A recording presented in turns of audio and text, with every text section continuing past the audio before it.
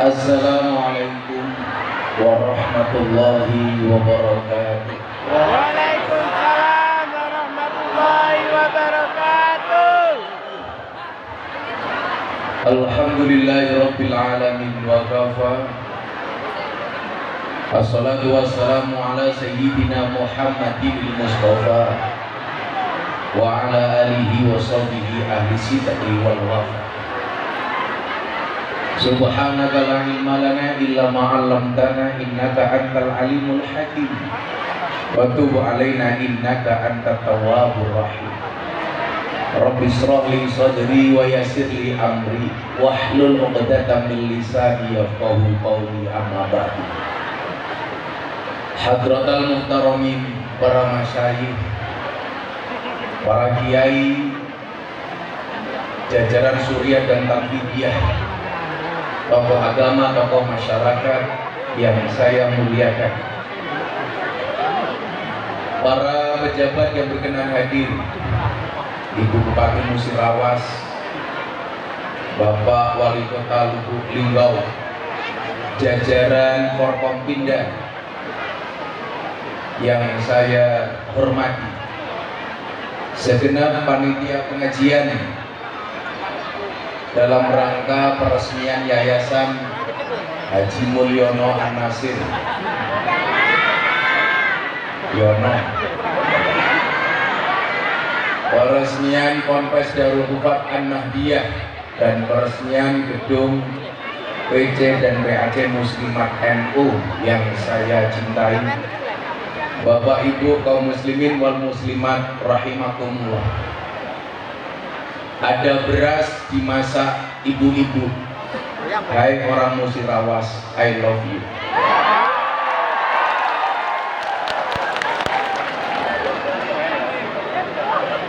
Tidak ada satu tempat pun di belahan dunia ini yang lebih mulia dibandingkan satu majelis di mana di dalamnya dilantunkan takbir, tahmid, tahlil.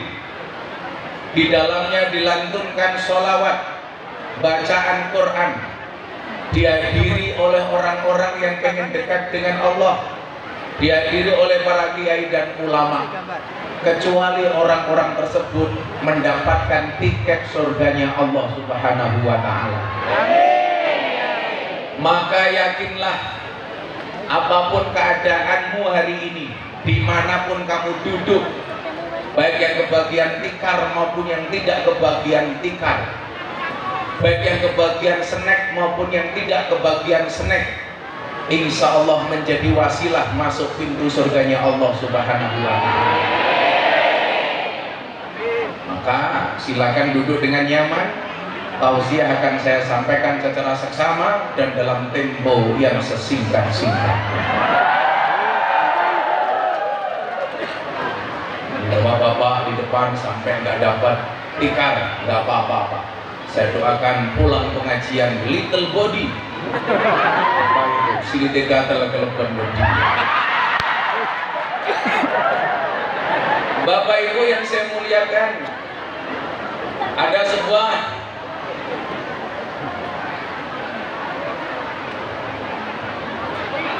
mbok yo sing nyuguhi fatayat orang muslimah.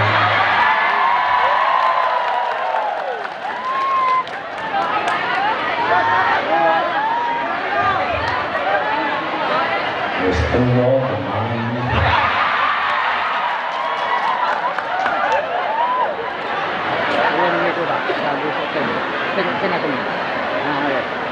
Cowok di mata cewek seperti gula di dalam kopi. Kopi tanpa gula pahit rasanya. Yang disalahkan kopinya apa gulanya? Gulanya. Kenapa bikin kopi tanpa gula? Tapi kalau bikin kopi kemanisan, yang salah kopinya apa gulanya? Tetap gulanya. Bikin kopi kok kebanyakan gula. Itulah cowok di mata cewek. Ada rasanya namun tidak pernah dihargai keberadaannya.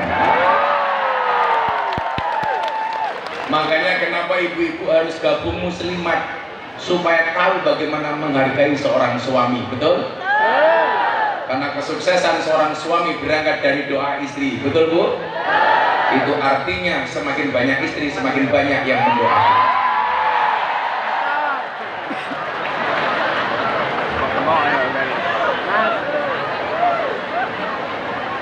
Dikatakan kun aliman au muta'aliman au mustami'an au muhibban wala takun khomisan.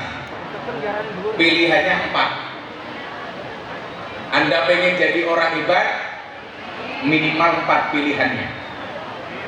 Kun aliman, jadilah orang alim.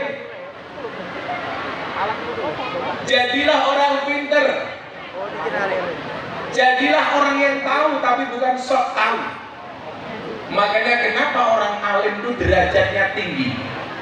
Dikatakan yarfa'illahu alladziina aamanu minkum walladziina utul ilma darajat. Allah akan mengangkat derajat 2 model orang. Yang pertama yang punya iman, yang kedua yang punya ilmu pengetahuan. Makanya kemudian dikatakan qul hal yastawil ladzina ya'lamuna wal ladzina la ya'lamun. Apakah sama orang yang alim dan tidak alim? Saya mau tanya Bapak Ibu, ada orang bodoh sholat, orang alim tidur. Yang diganggu setan bodoh sholat atau alim yang tidur? Alim yang tidur atau orang bodoh yang sholat? Alim yang tidur. Kenapa? Orang yang alim tidur yang digoda oleh setan, karena setan tahu kalau sampai alim bangun akan membenarkan sholatnya si bodoh. Orang bodoh nggak perlu diganggu. Kenapa? Nggak usah diganggu, sudah salah.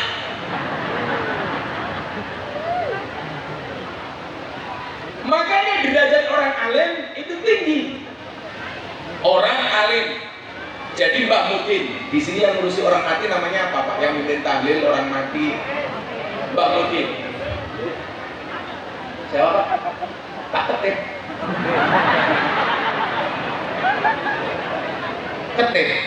Ketiban goto. Mbak Mudin, Mbak Murais dianggap alim. Datang pertama duduknya di depan, datang terlambat duduknya di depan, datang terakhir duduknya di depan. Coba bandingkan dengan orang yang tidak alim. Datang awal gelar kelosok, datang terakhir jogo sandal, modal aku. Makanya kenapa Anda harus termotivasi untuk menjadi orang alim? Supaya apa? Allah angkat derajatnya. Pak Nanan dianggap alim soal kepemerintahan, diangkat derajatnya oleh Allah jadi apa? Wali kota. Siapa tahu dari wali kota menjadi wali Allah. Wali Allah itu rata-rata istrinya galak. Jadi kalau istrinya Pak Nanan galak, berarti tanda-tanda akan diangkat menjadi walinya Allah. Atau kemungkinan kedua, min alamatil stroke.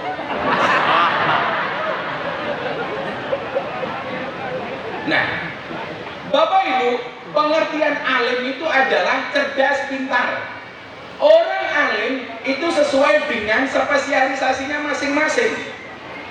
Maka saya selalu bilang, seharusnya jadi kiai itu berani menampilkan diri keahliannya apa.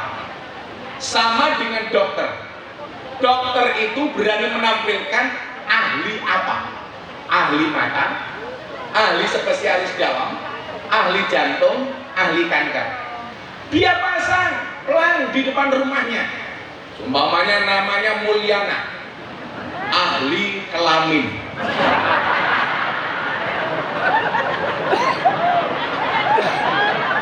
Sehingga kalau orang kena penyakit kelamin, otomatis yang diingat-ingat Mulyana.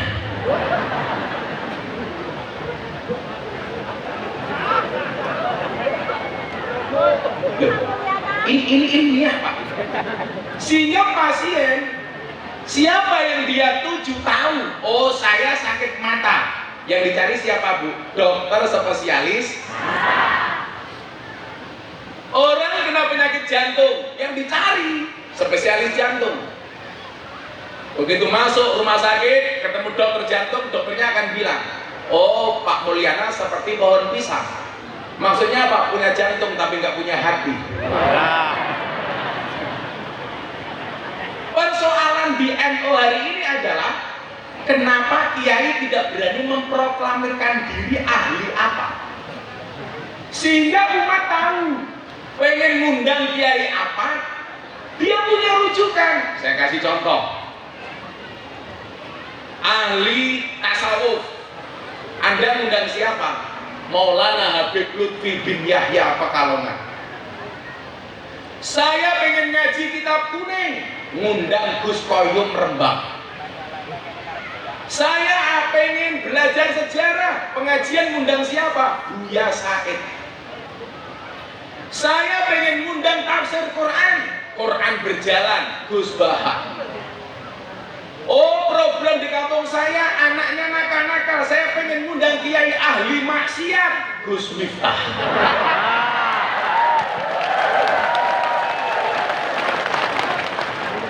Sehingga yang dituju itu jelas. Mau ngundang orang seperti apa?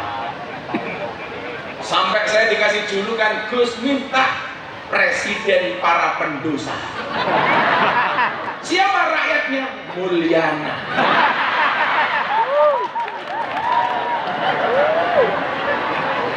Makanya kenapa Bu? 3 bulan yang lalu saya dapat penghargaan dari Leprit dalam 3 kategori. Lembaga Prestasi Indonesia dan Dunia dalam 3 hal. Yang pertama, saya dapat penghargaan lelang belangkon terjual termahal di dunia. Saya bikin belangkon 90.000, saya pakai 5 tahun, saya sumbangkan untuk muktamar NU di Lampung. Laku berapa belangkon saya? 900 juta. Coba Anda bayangkan, belangkon 900 juta, bagaimana dengan sarungnya? Apalagi isinya. Isi belangkon Bapak Ibu. Cangkemnya isi sarungnya. Yang kedua, saya dapat penghargaan dari Leprit sebagai dai mubaligh yang paling konsisten pengajian di lokalisasi dan klub malam selama 22 tahun. Konsisten, istiqomah. Saya ditanya, Gus, istiqomah berat? Iya, istiqomah pasti berat, karena kalau ringan namanya istirahat. Dan orang berjuang, Bu Ratna, Bu Bupati, pasti diuji, pasti banyak halangan. Kalau hidupmu diselimuti masalah, bersyukurlah, karena kalau diselimuti wijen namanya onde-onde. Saya pesan sama Bu Bupati, kalau pengen makan onde-onde yang paling enak, carilah onde-onde yang wijennya ganjil.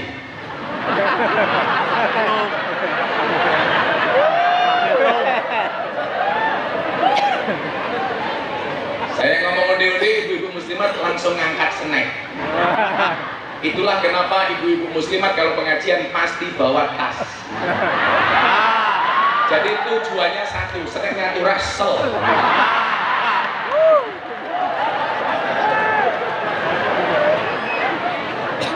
Alasannya kirmah, mikir omah. Makanya lumrah kalau ibu-ibu itu berat badannya pasti lebih banyak daripada laki-laki. Mana canggung? Sini pengajian inti, sini urusan untu. Ini lemu deh ya Allah.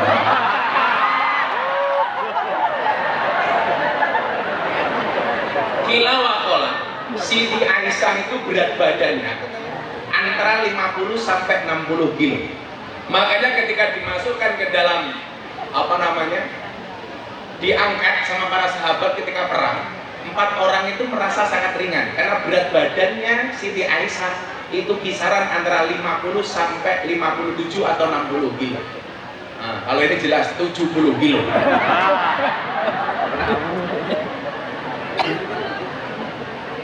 Jadi Siti Aisyah dia dapat panggilan dari Nabi Muhammad, ya Umairah, wahai merah delima, kemerah-merahan. Kenapa? Karena Siti Aisyah itu kulitnya putih, kalau tersenyum berubah menjadi merah. Siti Aisyah itu alisnya buntut kalau jengking, irunge bongkok semende, untune miji timun. Sama dengan ibu-ibu muslimat musirawas, untune miji timun, tapi timun tua tuh rodok bosok.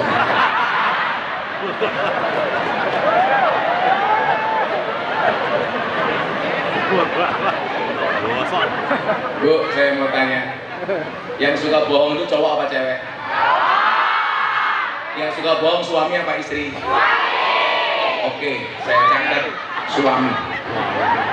Kita lihat fakta di lapangan soal penampilan, lebih jujur laki-laki apa perempuan?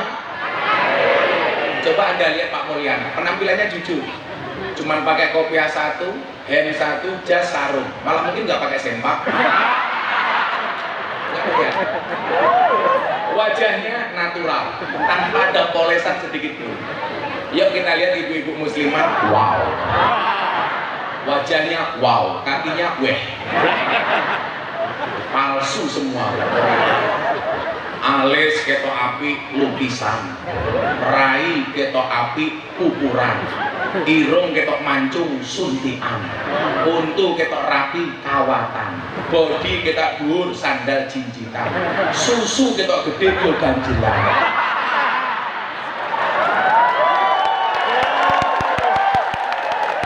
Ngono gaweane bengak-bengok wong lanang tukang ngapusi. Sing ngapusi ki raimu. Kok geting aku.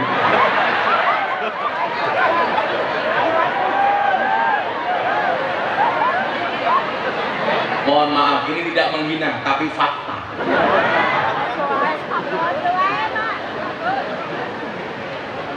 Yang kedua, yang ketiga saya dapat penghargaan apa? Pak Wali Kota, Bu Buati. Saya dapat penghargaan sebagai selebriti yang paling banyak wajahnya dilukis di bokong truk. Ada 300 truk lebih yang bokong truknya digambar wajah saya. Yang paling menyedihkan satu, mobil tangki sedot WC. Ada gambarnya Gus Miftah dan quote-nya nggak asik, silitmu adalah rezekimu.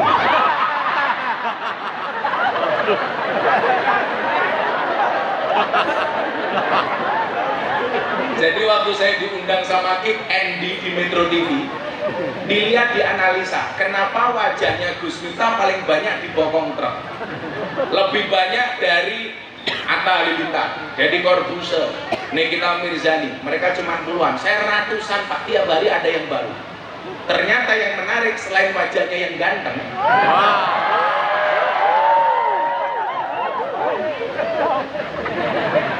lo kurang ajar, buak. Musirawas kerawuan Gus Miftah, kiyaine ganteng lan ugi gagah, tapi sayang senajan gagah bojone ora nambah-nambah. Kowe ngopo tanggung-tanggung? Kamu gak usah terlalu bersemangat, amplopmu gak jelas.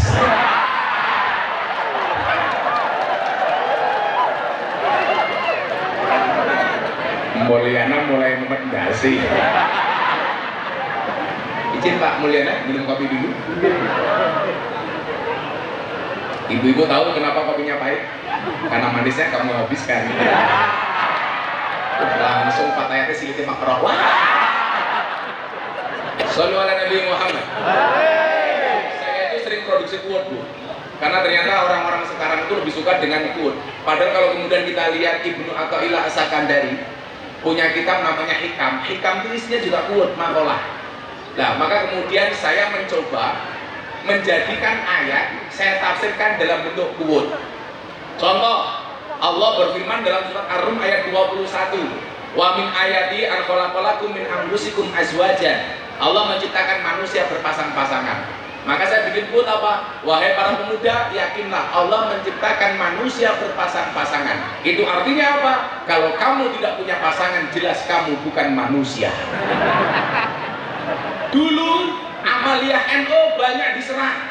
Tahlil bid'ah, sholawatan bid'ah, manakiban bid'ah. Ini nggak boleh. Kemudian saya ketika pengajian dengan PBNU di Istiqlal, saya buat quote, cukup rokib dan atid yang menilai amalku, cangkemmu rausah melu. Saya dulu masuk klub malam, bagaimana anak-anak klub malam mau ngaji dengan saya? Akhirnya saya buat quote, pada akhirnya surga itu akan ditempati oleh ahli maksiat yang mau bertobat, bukan orang yang sok suci namun pada akhirnya tersesat. Jangan pernah menghina pendosa seolah-olah kamu tidak pernah berbuat dosa. Oh, ini muslimat banyak yang janda. Ya, saya buatkan quote untuk janda. Wahai para janda, berbahagialah, yakinlah jika cinta pertamamu meninggalkan luka, yakinlah cinta keduamu akan menghadirkan surga. Sombong tiba dari janda dinikahi sama Mulyana.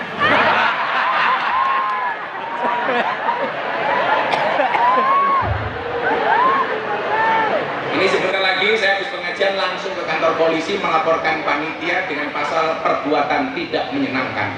Kenapa? Panas, nggak ada kipas angin.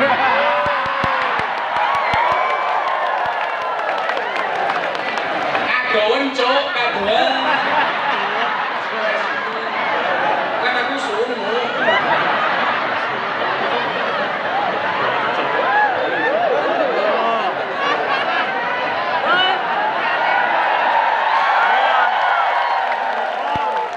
Dan akhirnya panitia sok sibuk. Sallu ala Nabi Muhammad. Saya jadi orang ingat, Pak Wali, ada orang Lubuk Linggau Musirawas naik bis Damri sama orang Jawa. Karena bis ekonomi nggak ada AC-nya. Kebetulan orang Jawanya orang Surabaya. Begitu panas orang Surabaya misuh. Hancur, aku sumuk. Sampingnya orang Palembang asli, wong gitu Galo asli, orang Musirawas asli. Begitu orang Surabaya bilang dancuk panas, orang Palembangnya juga bilang saya juga dancuk. Maksudnya saya juga sumuk. Digantung. Goblok. Oi, kipas anginnya mana?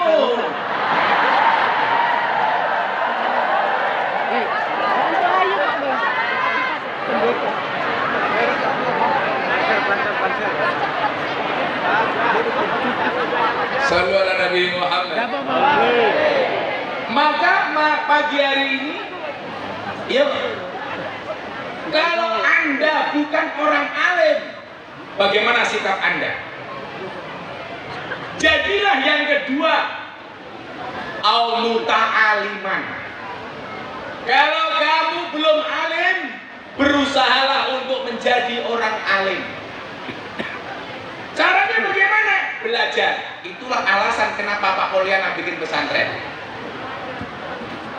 Acara selanjutnya masang kipas angin.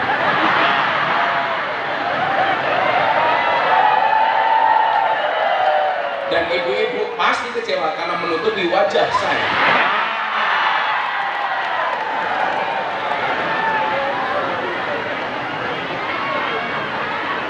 Mas tak ajari, kamu masukin di atas panggung tepat di depannya tiang sehingga tidak menutupi pandangan para janda kepada aku.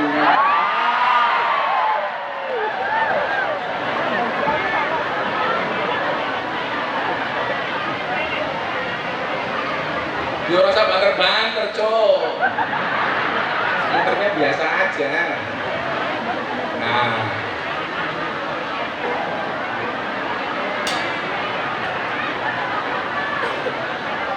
Mas, agak sini dikit Banser, agak sini dikit biar nutupi tiang aja, nggak nutupi jamaah.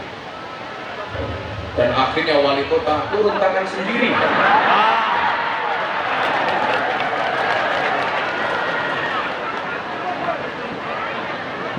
Bisa nggak volumenya dikurangi? Banternya, banternya dikurangi. Sudah paling kecil. Insya Allah pulang pengajian saya masuk angin. Kamu gak usah kasih kertas, aku tahu kamu minta uang. masih kertas, Gus nyuwun sewu. Saya tahu kamu minta kotak infak. Saya jadi curiga diundang pengajian ke sini, suruh tahu siapa, suruh nyari uang sih. Dasar Fataya. Fataya jelas baunya parfum, muslimat balsem.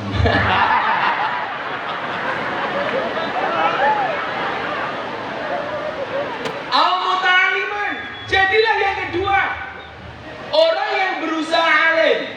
Artinya apa? Belajar untuk menjadi alim.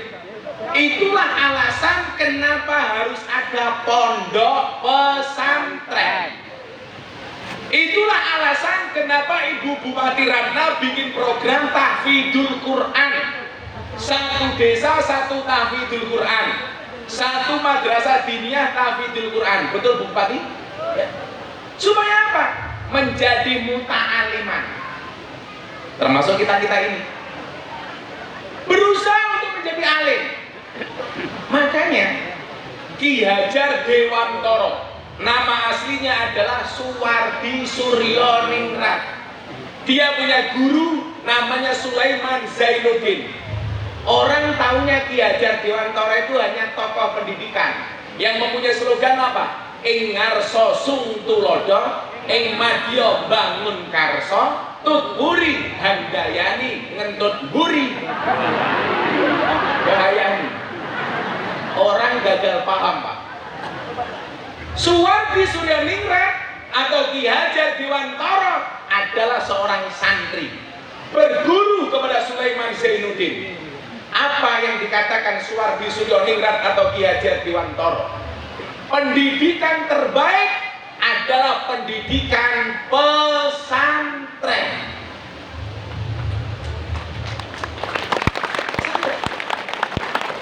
Saya punya cerita banyak tentang tokoh besar berangkat dari santri jadi orang besar. Di Yogyakarta terlahir seorang pemuda namanya Abdul Hamid. Mondok pertama kali ke Mbah saya Ponorogo kepada Kiai Haji Hasan Besari bin Ilyas bin Muhammad Besari bin Anom Besari bin Abdullah Mursad bin Pangeran Demang bin Raden Demang bin Ratu Jekulo bin Brawijaya Limo. Abdul Hamid belajar kepada Mbah Hasan Besari. Dari Hasan Besari, Abdul Hamid pindah ke Kartosuro, ngaji kitab kuning kepada Kiai Taftazani. Dari Kartosuro pindah ke Bagilan Purworejo, ngaji kitab Jalalain kepada Mbah Ahmad Baidowi. Dari Purworejo pindah ke Magelang, ngaji kepada Mbah Nur Muhammad Ngadiwongso. Gara-gara pendidikan pesantren diajari oleh banyak kiai, Abdul Hamid jadi orang besar. Bapak Ibu tahu siapa nama komplit Abdul Hamid? Nama komplitnya adalah Kiai Haji Bendoro Raden Mas Abdul Hamid Ontowiryo Mustahar Heru Cokro, Senopati ing Ngalogo, Sayyidin Panotogomo, Amirul Mukminin Khalifatullah Tanah Jawa, Pahlawan Gua Selarong, Pangeran Diponegoro. Ketua Muslimat apal tak sumbang. Mesti orang apa? Ini jadi orang besar kenapa? Karena pendidikan pesantren.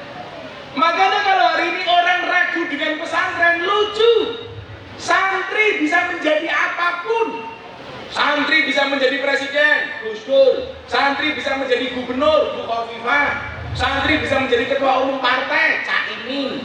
Santri bisa menjadi wali kota, Gus Ipul. Santri bisa menjadi menteri, Gus Halim. Santri bisa menjadi kiai viral, siapa?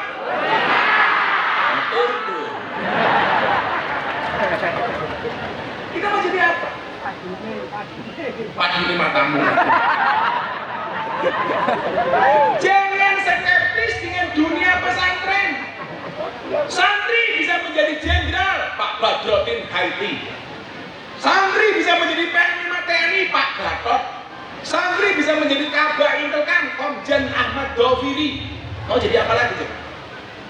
Santri bisa menjadi copet, kowe umpamanya.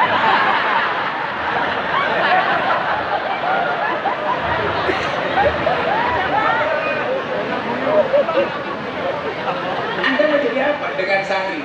Dulu orang mengatakan kalau anak saya jadi santri mau jadi apa? Anda salah. Makanya saya sering bilang, saya akan dapat banyak pertanyaan dari gus-gus muda di Jawa Timur. Kok Gus Miftah itu penampilannya kenapa harus boys? Kenapa harus keren? Mohon maaf Bapak Ibu, kita punya bidang garap masing-masing. Tolong ibu-ibu muslimah doakan saya, karena saya yakin doa yang paling mustajab dari seorang perempuan. Kenapa? Karena perempuan itu sering didolimi, dan dakwanya orang terdolimi itu mustajabah. Makanya pagi ini saya niatkan untuk mendolimi para muslimat, supaya apa? Doanya mustajabah. Siap-siap saya dolimi ya Bu ya. Saya bilang begini Pak, kita punya bidang garap masing-masing. Bagaimana kemudian kiai-kiai NU itu harus menyebar ke seluruh lini. Nah, selama ini Pak Wali Kota saya bilang, kiai NU itu kadang-kadang hanya berebut di kolam yang sama dengan ikan yang sama. Semuanya ngurusi orang-orang jamaah-jamaah toh. Pergerakannya hanya di bawah.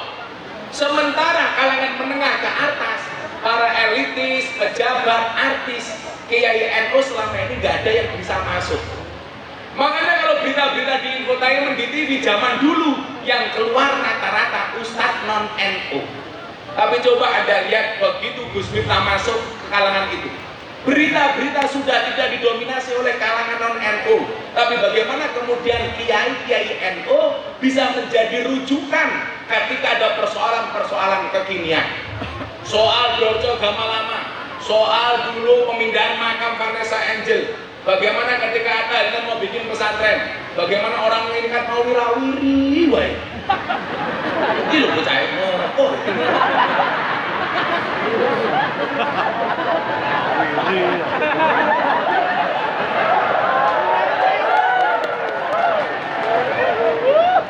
Sehingga apa? Kemudian guru saya Maulana Habib Lutfi mengatakan begini. Dulu itu Pak, saya dapat banyak acara tawaran TV, tapi semuanya saya tolak karena saya gak nyaman waktu itu.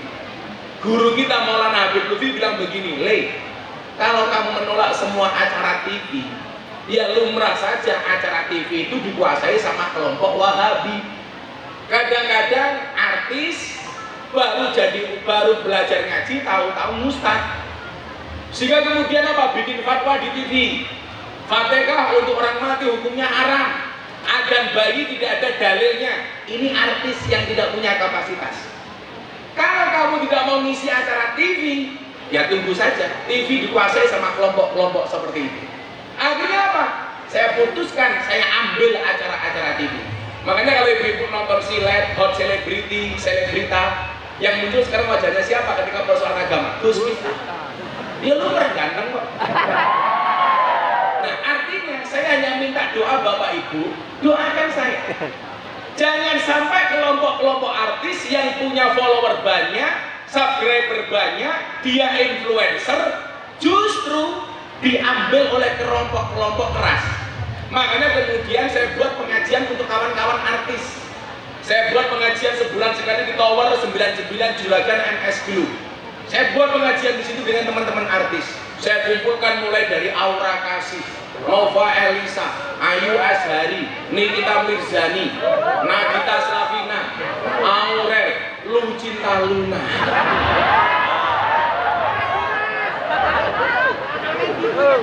Laura, lanang ora wedok ora. Dia kemarin tanya sama saya, Gus, apa? Lawang wedok mati namanya apa? Almarhumah. Laki-laki mati almarhum.